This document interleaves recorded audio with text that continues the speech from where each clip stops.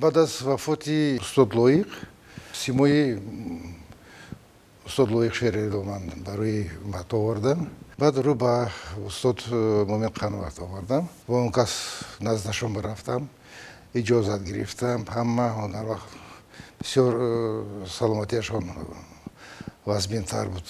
به هر حال بسیار خانه‌های کار کردم، بسیار پرسجو کردم. بسیار خاکم من استاد مومن قنوات کتی یک بار کار نمی‌کردم.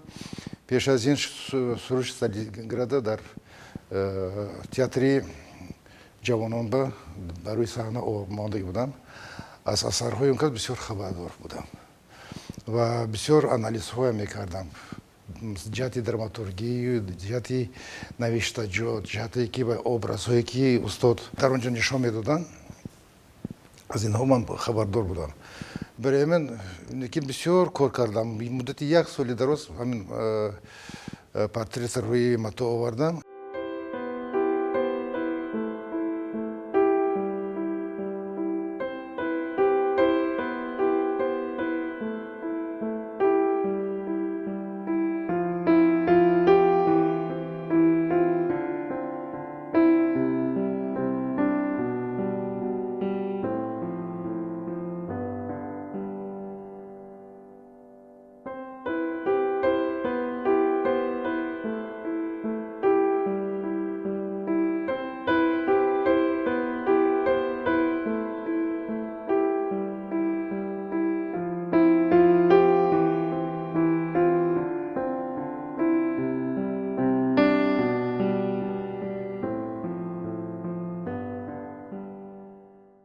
غیر از این چند اسکیزهای مایده تو همین حس کردم که من انا اومده رسیدم.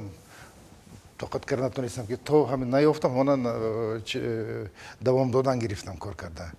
بعد که یافتم بعد گرفته بعد روی متوی کلام با کردم انیکاس کردم.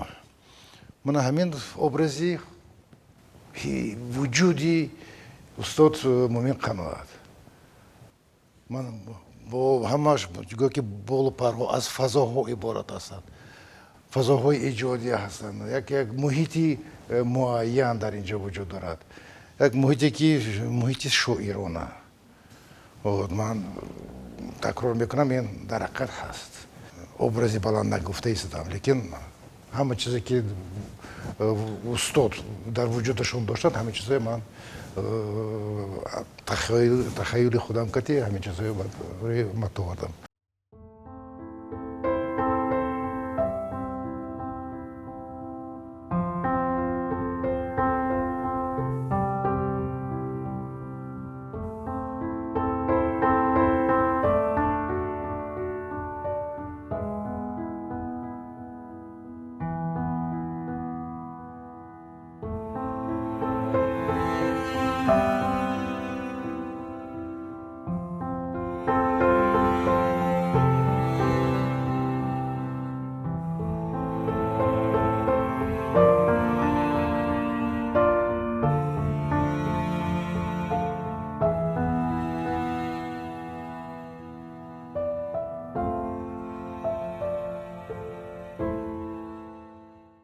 من این بالو پرنده هایی که از وجودی استاد میبرند، فضاهایی که از بیرون از قفا به پیش آمدگی است، پیش بودگی بعد قفا رفتگی است. من همیشه قالب شکنی هم کردگی هستم. فهمیشم بسیار آسان تر که برای اینکه اینجا گپش کم است، لیکن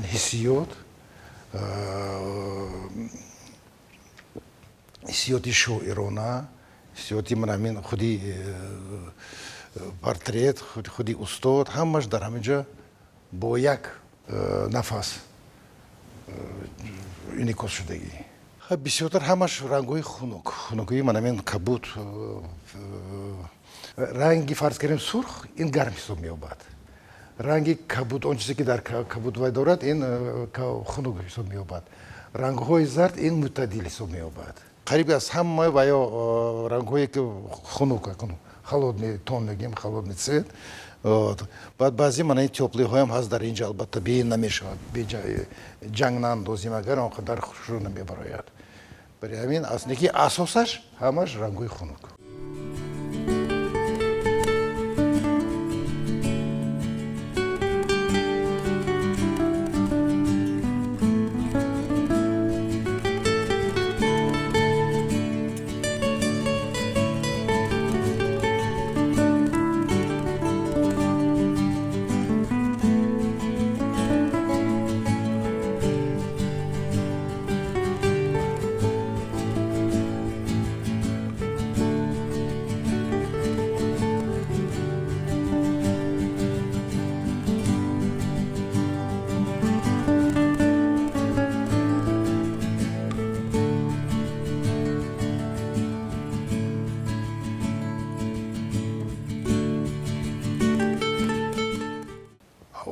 میخواستم بگم اون من حسیاتی خودی استاده بعد وجودی استاد در صنعت خودشون در صنعت نظم اون چیزی که شما اون کس در روی کاغذ آوردگی هستن اون ابرازهایی که آوردگی همش در همین جا انعکاس شدگی است.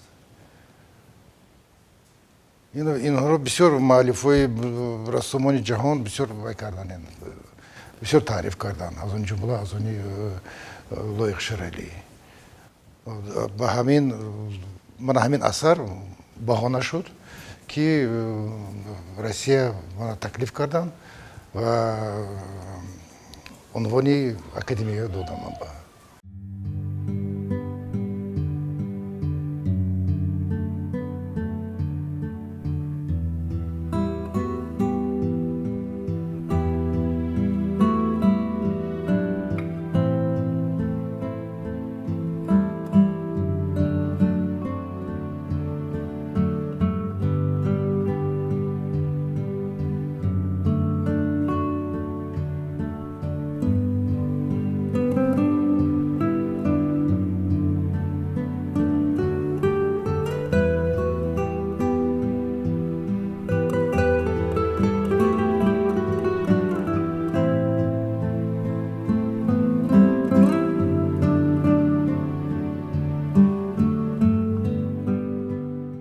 پیدایش خودی رویه سالهای 98 به فکرم من 98 پیدا شد لیکن همچون پورتریت من автопортрет از اون خودم کردم بعد از این دو مرتبه بعد استاد لویق یک بار کالون گرفتم من این سیوم اثری که با رویه نورواریزم در اون وقت پاراللیزم هم داشت همین گرفته بعد ثبت کردم من پیدایش من همین با روی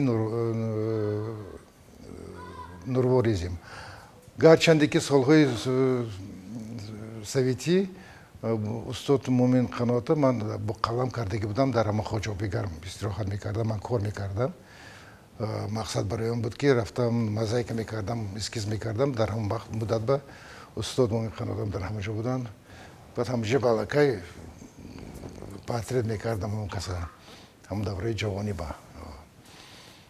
من همین خیلی اومده بعد من نقطه اساسی با همین پورتریت تمام کردم.